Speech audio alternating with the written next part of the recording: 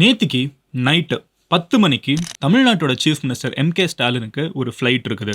8 மணிக்கு Chennai airport control இருப்பாங்கல்ல, so அவங்களுக்கு ஒரு மெயில் வருது. அந்த மெயிலில் சிஎம் போகக்கூடிய ஊருக்கு போகிற ஃப்ளைட்டில் ஒரு பயங்கரமான குண்டு வச்சிருக்கணும். சென்னை ஏர்போர்ட்டோட டிபார்ச்சர் லாஞ்சில், இங்கே தான் வந்து சிஎம்லாம் போனால் மோஸ்ட்டாக கிளம்புறதுக்கு முன்னாடி உட்கார்ற இடம். ஸோ அந்த இடத்துல இருக்கக்கூடிய ரெஸ்ட் ரூம்லையும் ஒரு பயங்கரமான குண்டு இருக்குதுன்னு சொல்லிட்டு 2 குண்டுகள் ஃப்ளைட்லையும் சரி ஏர்போர்ட்லையும் சரி இருக்குதுன்னு சொல்லிட்டு 8 மணிக்கு வருது. 10 மணிக்கு சிஎம் கிளம்ப போகிறாங்க. நேற்றுக்கு லிட்டரலாக அந்த ஃப்ளைட்டு டிலே ஆகி கிளம்பி இருக்குது. ஏகப்பட்ட ட்ராமா ஏர்போர்ட்டில் நடந்திருக்கு. அதெல்லாம் என்னங்கிறத சொல்கிறதுக்கு தான் இந்த வீடியோ உங்ககிட்ட. நிறைய பேர் யோசிப்பீங்க, மதனி இவ்வளோ பெரிய விஷயம் அதுவும் மும்பையிலையோ கோவாலையோ இல்ல எங்கேயோ டெல்லியிலயோ நடக்கல, சென்னையில ஒரு குண்டு வந்து வச்சிருக்காங்கன்னு சொல்லிட்டு ஒரு த்ரெட்டுங்கிற எப்படி இது எனக்கு தெரியலன்னு கேட்டீங்கன்னா, அதுக்கு தான் எப்படி தெரியலன்னா, நீங்க இன்னும் மதன் கோரி சேனலை சப்ஸ்கிரைப் பண்ணுவீங்க. அப்போ நான் தான் உங்ககிட்ட இந்த மாதிரி நடக்கக்கூடிய எல்லா விஷயங்களையும், நீங்க மிஸ் பண்ணக்கூடிய விஷயங்களை கூட உங்ககிட்ட வந்து என்னால கரெக்டா சேர்க்க முடியும். ஸோ எம்ஜி ஸ்குவாட்ல இன்னும் சேரலைன்னா சேர்ந்துருங்க. ஜாயின் பண்ணிட்டீங்களா? ஆரம்பிக்கலாமா? ஸோ என்ன நடந்துச்சு நேற்றுக்கு ஏர்போர்ட்ல, அந்த உச்சகட்ட பதட்டம் எதனாலங்கிறத ஒவ்வொன்றா பார்க்க ஆரம்பிப்போம். ஹலோ எவ்ரிவான், நான் மதன் கௌரி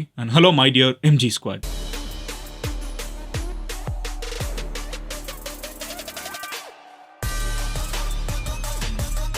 முதல் விஷயம் என்ன அப்படின்னு பாத்தீங்கன்னா, தமிழ்நாட்டோட சீஃப் மினிஸ்டர் வந்து இப்போ யுஎஸ் கிளம்பி போறாங்க. எதுக்காக அவங்க போயிருக்காங்கன்னு பாத்தீங்கன்னா, அங்க இருக்கக்கூடிய இன்வெஸ்டர்ஸை வந்து தமிழ்நாட்டுக்கு கொண்டு வர்றதுக்கான ஒரு முயற்சின்னு சொல்றாங்க. இதுக்கு முன்னாடி பாத்தீங்கன்னா துபாய் போனாங்க, ஸ்பெயின் போனாங்க, இப்போ யூஎஸ் போயிருக்காங்க. யூஎஸ்ல அவங்க சான் பிரான்சிஸ்கோக்கு போறாங்க. இப்போ சான் பிரான்சிஸ்கோக்கு அவங்க போக போறாங்கிற ஒரு விஷயம் வந்து ரொம்ப பெருசா முதல்ல இருந்தே அட்வர்டைஸ் பண்ணப்பட்டுச்சு. நிறைய பேர் அதை பத்தி பேசிட்டு இருந்தாங்க. கவர்மெண்ட் பயங்கரமா அதுக்கு அட்வர்டைஸ்மெண்ட்லாம் கொடுத்துட்டு இருந்தாங்க. அசன் நிறைய இடத்துல பேசிட்டே இருந்தாங்க. இப்போ அவங்க கிளம்பி போக போறாங்க அப்படிங்கிற ஒரு விஷயம் வந்து எல்லாருக்குமே தெரியும். ஸோ இவங்க வந்து வீட்டில இருந்து கிளம்பி, ஆழ்வார்பேட்டில இருந்து கிளம்பி அவங்க வந்து சென்னை ஏர்போர்ட் போகிறாங்க, மீனம்பாக்கம் போறாங்க. போற வழியிலேயே பாத்தீங்கன்னா நிறைய இடத்துல அவங்க பார்ட்டி கார்டர்ஸ், அவங்க கட்சிக்காரங்களா இருக்கட்டும், மக்களா இருக்கட்டும், அங்கங்க நிக்கிற மாதிரி கூட வந்து ஒரு ரோட் ஷோ கூட அங்கங்க நம்மளால பார்க்க முடியுது வீடியோஸ். ஸோ எல்லாம் முடிச்சுட்டு கரெக்டா சிஎம் வந்து ஏர்போர்ட்டுக்குள்ள போகிற அந்த நேரத்துல ஒரு மெயில் வருது. ஏன்னா 10 மணிக்கு ஃபிளைட், ஒரு 8 மணிக்கிட்ட போவாங்க.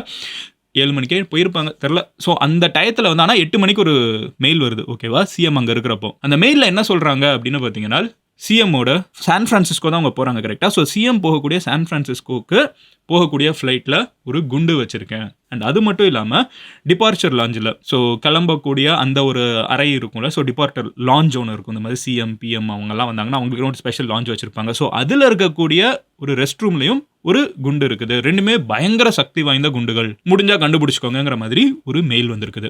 இந்த மெயிலில் வந்து 2 விஷயம் இருக்குது. ஒன்று, இதை யாருனாலும் மெயில் அனுப்பிச்சிருக்கலாம். 2வது, ஆனால் சிஎம் போகக்கூடிய ஃப்ளைட் கரெக்டா. ஸோ அதனால வந்து எல்லா ஃப்ளைட்டும் எல்லா உயிரும் முக்கியம் தான். பட் சிஎம் போகக்கூடிய ஃப்ளைட்டுக்கு வந்து த்ரெட் லெவல் அதிகம் பை டிஃபால்ட்டே. ஸோ ஒருவேளை இது உண்மையா இருந்துருமோங்கிற ஒரு பதட்டம் இருக்குது. ஆனால் இன்னொரு சைடு பார்த்தீங்கன்னா, லாஸ்ட் 2 மாசத்துல மட்டும் தமிழ்நாட்டில் இருக்கக்கூடிய சென்னை ஏர்போர்ட்டுக்கு வந்து 11 மெயில்ஸ் இந்த மாதிரி வந்திருக்குது. குண்டு இருக்குது 11 மெயில், 1 2 இல்லை, 11 மெயில் வந்திருக்குது. அண்ட் கரெக்டாக சிஎம் கிளம்புறப்போ சான் பிரான்சிஸ்கோக்கு போகக்கூடிய ஃப்ளைட்லையும் இருக்குதுன்னு சொன்ன உடனே ரொம்ப பதறி போய் அஃபீஷியல்ஸ்லாம் இருந்துக்கிட்டு, ஓகே சான் பிரான்சிஸ்கோக்கு போகக்கூடிய ஃப்ளைட் வந்துருச்சா, உடனே அதை செக் பண்ணும் கம்ப்ளீட்டா அப்படின்னு சொல்லிட்டு ஃபர்ஸ்ட் அங்கே ஒரு பேட்சா பிரிஞ்சு போகிறாங்க. இன்னொரு பேட்சை டிபார்ச்சர் லாஞ்சில் இருக்கக்கூடிய ரெஸ்ட் ரூம் இருக்குல்ல, ஸோ அங்கேயுமே வந்து எங்க குண்டு இருக்குதுன்னு சொல்லிட்டு அதையும் தேடி போக ஆரம்பிக்கிறாங்க. அப்போ ஒரு விஷயம் தெரிய வருது, சென்னையில இருந்து சான் பிரான்சிஸ்கோக்கு ஃப்ளைட்டே கிடையாது. அப்போ 10 மணிக்கு சிஎம் எதை வச்சு கிளம்பி போவாங்கன்னு பார்த்தீங்கன்னா, ஸோ சிஎம் வந்து எமிரேட்ஸ் ஃப்ளைட்ல ஒன்று கிளம்புறாங்க. அண்ட் நம்ம எல்லாருக்குமே தெரியும், இந்த எமிரேட்ஸ் ஃப்ளைட்டை எந்த ஃப்ளைட்டாக இருந்தாலும் ஜென்ரலாக லாங் டிஸ்டன்ஸ் போகிறப்போ ஒரு பிட் ஸ்டாப் இருக்கும். அது அவங்களோட நேட்டிவ் கண்ட்ரியாக இருக்கும். ஸோ இந்த எமிரேட்ஸ் ஃப்ளைட் வந்து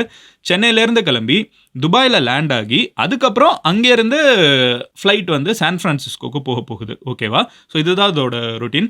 ஸோ மெயிலில் வந்து ஆனால் சான் பிரான்சிஸ்கோக்கு போகக்கூடிய ஃப்ளைட்டு அப்படின்னு இருக்காங்க. அப்போ அந்த மெயிலோட நோக்கமுமே என்னன்னு பார்த்தீங்கன்னா, டேரெக்டாக சிஎம் பற்றி, ஏன்னா நியாயமாக ஒரு குண்டு வச்சிருக்கிற ஒருத்தனா இருந்தானா அவன் அதை மிரட்டணும்னு முடிவு பண்ணிட்டானா துபாய் போகிற ஃப்ளைட்டுன்னு தான் சொல்லணும். ஆனால் அவன் என்ன சொல்லியிருக்கான்னு பார்த்தீங்கன்னா, டேரெக்டாக சான் பிரான்சிஸ்கோக்கு போகக்கூடிய ஃப்ளைட்டுன்னு. இவ்வளவு பண்ண ஒருத்தன் வந்து மண்டை மேலே இருக்கிற கொண்டையை மிஸ் பண்ண மாதிரி சான் பிரான்சிஸ்கோக்கு டேரெக்ட் ஃப்ளைட் இல்லைங்கிறத மிஸ் பண்ணிட்டான். ஸோ அங்கே வந்து போலீஸ் அஃபீஷியல்ஸ் வந்து ஒரு சைடு நோட் பண்ண ஆரம்பிக்கிறாங்க, இது ஹோக்ஸா இருக்குமான்னு சொல்லிட்டு. இருந்தாலும் அதை வந்து எந்த விதத்திலையுமே நம்ம டிஸ்ரிகார்ட் பண்ணாம நேற்றுக்கே ஃப்ளைட் ஃபுல்லாக தரோவா செக் பண்ணப்பட்டிருக்கு. In fact flight got delayed. Flight வந்து கிட்டத்தட்ட 1/4 மணி நேரம் டிலேடாக தான் கிளம்பி இருக்குது. இந்த மாதிரி இன்டர்நேஷனல் ஃப்ளைட்ஸ்லாம் டிலே ஆகுறதுங்கிறது வந்து ஃப்ளைட் கோளாறுனால வெதர்னால டிலே ஆகுறது வேற. பட் இந்த மாதிரி செக்கிங்னால டிலே ஆகுறதுங்கிறது ரொம்ப ரேரான ஒரு அக்கரன்ஸ். நேத்திக்கு அந்த மாதிரி டிலே ஆகியிருக்குது. ஸோ ஃப்ளைட்டை வந்து கம்ப்ளீட்டாக செக் பண்ணியிருக்காங்க, ரெஸ்ட் ரூமையும் செக் பண்ணியிருக்காங்க. கடைசியில் அங்கே எதுவுமே இல்லைன்னு தெரிய வந்திருக்குது. அதுக்கப்புறம் தான் சிஎம் கிளம்பி போயிருக்காங்க. இருந்தாலும் ஒரு பயம் இருக்குல்ல என்ன ஆச்சுன்னு. ஸோ அன்டில் அவங்க போய் லேண்ட் ஆகிற வரைக்குமே வந்து ஒரு பதட்டமான சிச்சுவேஷன் தான் வந்து ஏர்போர்ட் அத்தாரிட்டிக்குள்ளே இருந்திருக்குன்னு சொல்கிறாங்க. அதுக்கப்புறம் அவங்க அங்கேருந்து சான் பிரான்சிஸ்கோ போகணும். இதான் நடந்த ஒரு விஷயம். ஆனால் இதில் ஒரு இன்ட்ரெஸ்டிங்கான விஷயம் என்னன்னு பார்த்தீங்கன்னா 11வது ஹோக்ஸ் கால்னு சொல்கிறேன்ல, இது மட்டும் கிடையாது. கொஞ்ச நாளுக்கு முன்னாடி பார்த்தீங்கன்னா மார்ச் மாதம் நினைக்கிறேன், சென்னை செக்ரட்டரியேட் இருக்கும்ல, அதாவது சிஎம் வந்து வேலை பார்க்கக்கூடிய செக்ரட்டரியேட், அங்கே பார்த்தீங்கன்னா குண்டு இருக்குதுன்னு சொல்லிட்டு அங்கேயுமே வந்து ஒரு ஃபோன் கால் வந்திருக்குது. அண்ட் சென்னையில் கொஞ்ச நாளுக்கு முன்னாடி நம்ம பார்த்தோன்னா ஸ்கூல்ஸ்க்கெல்லாம் வந்து இந்த மாதிரி காலையில் உங்களோட ஸ்கூல்ஸில் சென்னையில் வந்து ஒரு 3-4 ஸ்கூலில் குண்டு இருக்குதுன்னு சொல்லி அப்பா அம்மாவெல்லாம் வேகமாக கூப்பிட்டு போக சொல்லின்னு சொல்லிட்டு அது வேற நிறைய நடந்துச்சு. ஸோ எனக்கு வந்து ஒரு பெரிய கியூரியாசிட்டி என்னன்னு பார்த்தீங்கன்னா, இப்படி யாருனாலும் ஃபோன் கால் பண்ணிட்டு கிளம்பி போயிடலாம். ஏன்னா எல்லாருக்கிட்டையும் ஃபோன் இருக்குது, இன்னைக்கு எல்லாருக்கிட்டையும் இன்டர்நெட் இருக்குது, யாருனாலும் மெயில் பண்ணலாம், யாருனாலும் ஃபோன் கால் பண்ணலாம். ஆனால் அப்படி பண்ணுறவங்க நம்ம நியூஸை பார்க்குறோம், அதுக்கப்புறம் அவங்களெல்லாம் உண்மையிலே தேடி போய் பிடிக்கிறாங்களான்னு சொல்லிட்டு ஒரு கொஸ்டின் இருக்குல்ல. ஸோ அந்த கொஸ்டின் அட்ரஸ் பண்ணோன்னா, இதுக்கு முன்னாடி இதே மாதிரி அம்பானியோட கல்யாணத்துக்கு வந்து நாங்கள் குண்டு வைக்க போகிறோம், ஒரு பெரிய வெடி வெடிக்க போகுது அப்படின்னு சொல்லிட்டு வந்து ஒரு மெயில் அனானிமஸா வந்துச்சு. அம்பானியோட செக்யூரிட்டி சிஸ்டமா இருக்கட்டும், போலீஸா இருக்கட்டும், எல்லாரும் ஒன்னா தேடி கடைசியில் கண்டுபிடிச்சிட்டாங்க. பார்த்தா அது வந்து ஒரு சின்ன பையன், ஓகேவா, ஹைதராபாத்லேருந்து ஒருத்தன் அனுப்பிச்சிருக்கான். அவனை பார்த்து காப்பி பண்ணி ஒருத்தன் குஜராத்லேருந்து அனுப்பிச்சிருக்கான். 2 பேரையுமே அரெஸ்ட் பண்ணி ஜெயிலில் போட்டாங்க. தமிழ்நாட்டை பொறுத்தளவுக்கு பார்த்தீங்கன்னா கொஞ்ச நாளுக்கு முன்னாடி இந்த செக்ரட்டரியேட் இருக்குல்ல, ஸோ அங்கே வந்து இந்த மாதிரி கால் பண்ணிட்டே இருக்கிறது யாருன்னு சொல்லி பார்த்தீங்கன்னா கடைசியில் அவர் வந்து ஒரு மனநலம் குன்றிய ஒருத்தர். அவர் வந்து டெய்லி இப்படி தான் ஒரு இடத்துக்கு ஃபோன் பண்ணி உங்களோட இடத்துல குண்டு இருக்குதுன்னு சொல்லுவாருங்கிறது தெரிய வந்திருக்குது. அவரை வந்து அதுக்கப்புறம் அதுக்கேற்ற மாதிரி மனநல காப்பகத்தில் போய் சேர்த்திருக்காங்க. ஸ்கூல்ஸில் வந்து இந்த மாதிரி அனானிமஸான மெயில்ஸ் வருதுல்ல, ஸோ அதோட டீட்டெயில்ஸ் வந்து நம்மளுக்கு பெருசாக கிடைக்கல. பட் ஓவரால் இந்த மாதிரி இன்டர்நெட்டை பொறுத்தளவுக்கு நீங்கள் ரொம்ப ஈஸியாக அனானிமஸாக ஒரு விஷயம் செஞ்சுட்டு தடையமே இல்லாமல் போகிறதுக்கு வாய்ப்புகள் அதிகம். 1-2 கேசஸில் அதை ஒழுங்காக பண்ண தெரியாதவங்க மாட்டிக்கிறாங்க, ஒழுங்காக பண்ண தெரிஞ்சவங்க எஸ்கேப் ஆகிடுறாங்க. ஒரு ப்ரௌசர் நீங்கள் இதுக்குன்னே தனியாக யூஸ் பண்ணலாம், டார் ப்ரௌசராக இருக்கட்டும். ஓகே, நான் அதுக்குள்ளே டீட்டெயில்ஸ்குள்ளே போகல, பட் அது ரொம்ப கஷ்டமான விஷயம் கிடையாது ஒரு அனானிமஸாக ஒரு விஷயம் அனுப்புறது. ஆனால் இதை தேடி போகிறப்ப எனக்கு இன்னொரு விஷயமும் தெரிய வந்துச்சு. 1984 ஏன் சென்னை அத்தாரிட்டி வந்து இவ்வளோ டென்ஷன் ஆகுறாங்க எக்ஸ்ட்ராவா? இது வந்து மேபி கோவாவாக இருந்திருந்தாலோ இல்லை வந்து பெங்களூராக இருந்திருந்தாலோ ஓகே, இது ஒரு ரேண்டமான ஒரு ஹோக்ஸ் அப்படின்னு சொல்லிட்டு தாண்டி போயிருக்கலாம். பட் சென்னை அத்தாரிட்டி இன்னமும் பதறனதுக்கு காரணம் என்னன்னு பார்த்தீங்கன்னா, இங்க நம்ம நிறைய பேர் பிறக்கிறதுக்கு முன்னாடி 1984ல இந்தியாவோட ஒரு மிகப்பெரிய ஏர்போர்ட் தாக்குதல் வந்து சென்னையில தான் ஏற்பட்டிருக்கு. இது நம்மள எத்தனை பேருக்கு தெரியும்? 1984ல, ஓகேவா, கிட்டத்தட்ட 80s கிட்ஸ் யாராவது இருந்தாங்கன்னா அவங்களுக்கு தெரியலாம், ஒரு 70s கிட்ஸ்க்கு கூட தெரியலாம். ஸோ அந்த காலகட்டத்தில் பார்த்தீங்கன்னா சென்னை ஏர்போர்ட்ல ஒரு லக்கேஜ், ஓகேவா, ஃபிளைட்டுக்குள்ள ஏற்ற வேண்டிய ஒரு லக்கேஜ், அந்த லக்கேஜுக்குள்ள குண்டு இருந்திருக்குது. அண்ட் இது வந்து செக்யூரிட்டி கிளியரன்ஸ் எல்லாத்தையும் தாண்டி உள்ளே கொண்டு போயிட்டாங்க.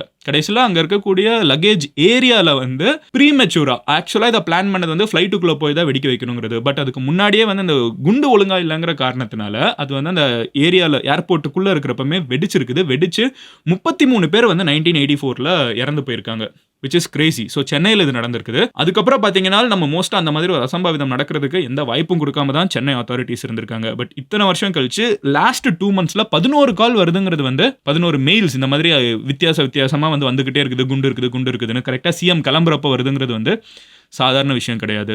இன்னைக்கு இருக்கிற காலகட்டத்தில் இப்படி ரேண்டமா இது வந்து நம்மளுக்கு ஒரு சிஎம் அப்படின்னு சொல்றப்ப நிறைய பேர் ரிலேட் பண்ணிக்க முடியாம இருக்கும். ஏன்னா எங்கேயோ இருக்காங்க, ஓகே, அவங்க பதவியில் இருக்காங்க, அவங்களுக்கு எல்லா ஆசுவாசங்களும் செய்யப்படும்னு யோசிப்போம். அண்ட் இன்னொரு விஷயமும் நான் உங்ககிட்ட சொல்லணும். ஜென்ரலா ஏர்போர்ட்ஸ் வந்து சேஃப் இல்லைங்கிற ஒரு கான்செப்ட் வந்து நிறைய பேருக்கு இருக்குது.